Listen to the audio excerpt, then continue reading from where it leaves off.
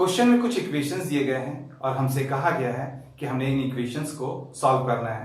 Students, mathematical equation की property होती है कि इनमें इक्वेट्स होता है, यानी इक्वल्स टू का साइन होता है, और सभी मैथमेटिकल इक्वेशन में वेरिएबल्स जरूर होते हैं।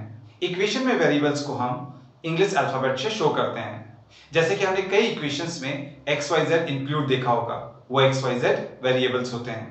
तो जब भी हम किसी इक्वेशन को सॉल्व करते हैं तो हम उसकी वेरिएबल्स की वैल्यू को फाइंड आउट कर रहे होते हैं। तो चलिए इन इक्वेशंस को सॉल्व करते हैं और इनमें जो वेरिएबल्स हैं उनकी वैल्यूज को फाइंड आउट करते हैं। चलिए अब हम सॉल्यूशन स्टार्ट करते हैं और सबसे पहले फर्स्ट पार्ट को सॉल्व करेंगे। फर्स्ट पार्ट में जो इक्वेशन हमको गिवन है वो है x - 2 = 7। हमें इस इक्वेशन को सॉल्व करना है एंड वेरिएबल x की वैल्यू को फाइंड आउट करना है। वेरिएबल x इस इक्वेशन की लेफ्ट हैंड साइड की तरफ को है।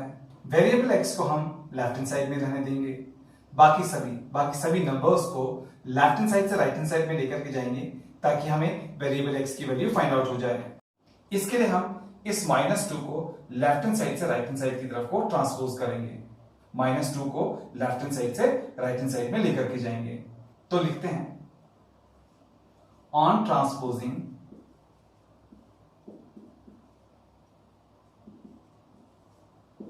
-2 to राइट हैंड साइड। तो हम -2 को राइट हैंड साइड में लेकर के जा रहे हैं। तब लेफ्ट हैंड साइड में सिर्फ बचेगा x। -2 जब लेफ्ट हैंड साइड से राइट हैंड साइड में जाएगा तो ये वहां जाकर के +2 हो जाएगा। राइट हैंड साइड में ऑलरेडी 7 है, 7 के साथ में -2 राइट हैंड साइड में जाकर के हो जाएगा +2। तब हमारे x की वैल्यू आएगी 7 + 2 9। तो ये आ गया हमारे फर्स्ट पार्ट का फाइनल आंसर। तो चलिए चेक भी कर लेते हैं कि हमने जो ये सॉल्यूशन निकाला है फर्स्ट पार्ट का x = 9, क्या ये सही है या नहीं है। ठीक है, इसके लिए हम इस इक्वेशन का लेफ्ट हैंड साइड लेंगे। लेफ्ट हैंड साइड हमारे पास में है x - 2, x की जगह पर हम रखेंगे 9, ये हो जाएगा 9 - 2 आएगा 7, और राइट हैंड साइड हमारे पास में था 7। तो हमने देखा कि जब हमने x की जगह पर 9 रखा, x की जगह पर जब 9 रखा तो लेफ्ट हैंड साइड और राइट हैंड साइड दोनों इक्वल आ गए इक्वेशन के। इसलिए हम लिखेंगे therefore x = 9, x = 9 is a solution of given equation। तो यहां पर हमारे क्वेश्चन का फर्स्ट पार्ट कंप्लीटली सॉल्व हो गया। चलिए अब हम सेकंड पार्ट को सॉल्व करेंगे। चलिए हम क्वेश्चन का सेकंड पार्ट सॉल्व करते हैं। सेकंड पार्ट में जो इक्वेशन हमको गिवन है वो है y + 3 = 10। स्टूडेंट्स, इस इक्वेशन में हमने वेरिएबल y की वैल्यू को फाइंड आउट करना है।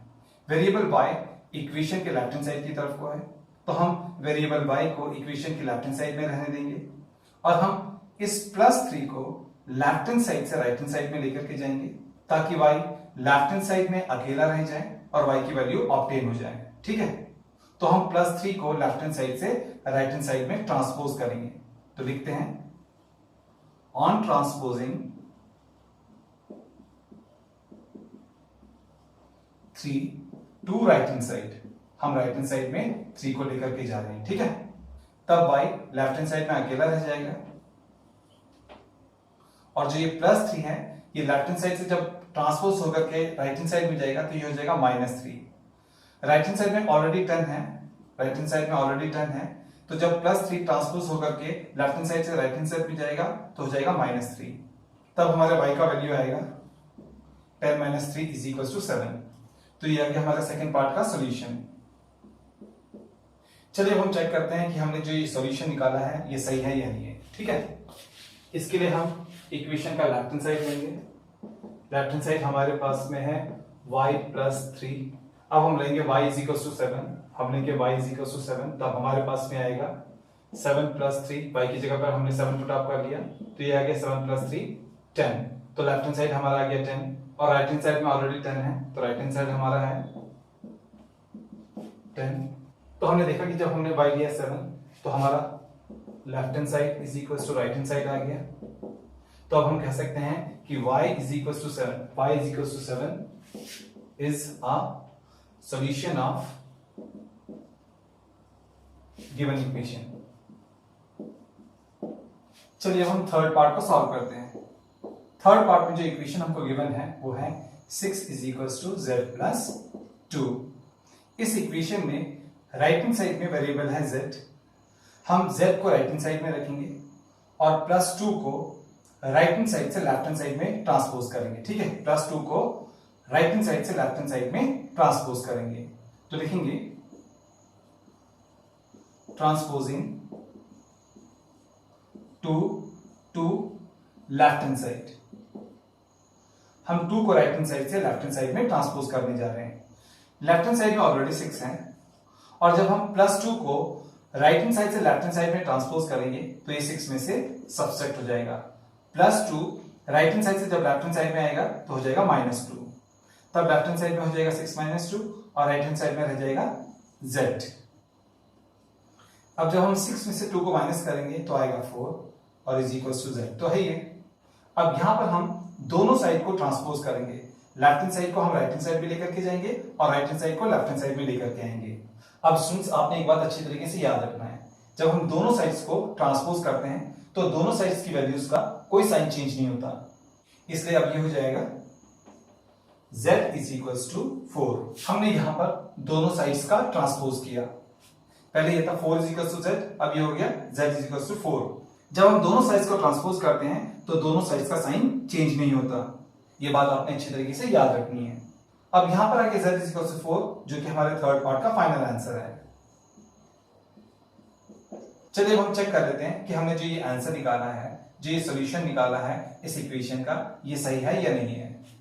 इसके लिए हम पहले इक्वेशन का लेफ्ट हैंड साइड लेंगे, लेफ्ट हैंड साइड है 6। अब हम राइट हैंड साइड लेंगे, राइट हैंड साइड में है z प्लस 2। हमने z को निकाला है 4, तो जब हम z की जगह पे लिखेंगे 4 तो ये हो जाएगा 4 प्लस 2, तो अब राइट हैंड साइड हो जाएगा 6।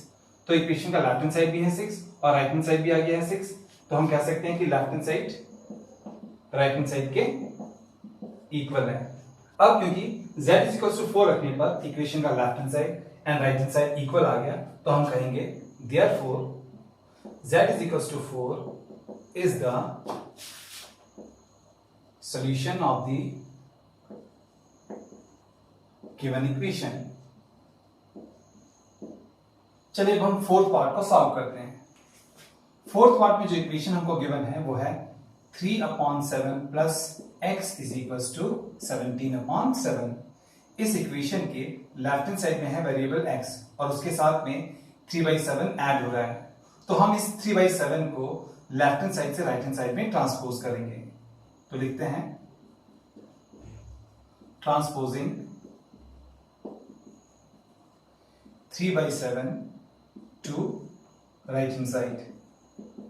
हम 3/7 को राइट हैंड साइड में ट्रांसपोज करने जा रहे हैं, तब यह आ जाएगा लेफ्ट हैंड साइड में रह जाएगा x और राइट हैंड साइड में ऑलरेडी 17/7 है, तो जब हम 3/7 को लेफ्ट हैंड साइड से राइट हैंड साइड में ट्रांसपोज करेंगे तो ये हो जाएगा -3/7 प्लस 3/7। लेफ्ट हैंड साइड से जब राइट हैंड साइड में जाएगा तो हो जाएगा -3/7 और लेफ्ट हैंड साइड में आ जाएगा 17/7 -3/7। चलिए अब हम आगे सॉल्व करते हैं क्वेश्चन को। लेफ्ट हैंड साइड में x है, राइट हैंड साइड में है 17/7 -3/7। हम इसको एलसीएम मेथड से सब्ट्रैक्ट करेंगे, तो जब हम दोनों डिनोमिनेटर 7 का एलसीएम लेंगे तो आएगा 7 से 7 को डिवाइड करेंगे तो आएगा 1 से 17 को मल्टीप्लाई करेंगे तो आएगा 17, बीच में माइनस है तो माइनस लिखेंगे। फिर जब 7 से 7 को डिवाइड करेंगे तो आएगा 1 से 3 को मल्टीप्लाई करेंगे तो आएगा 3।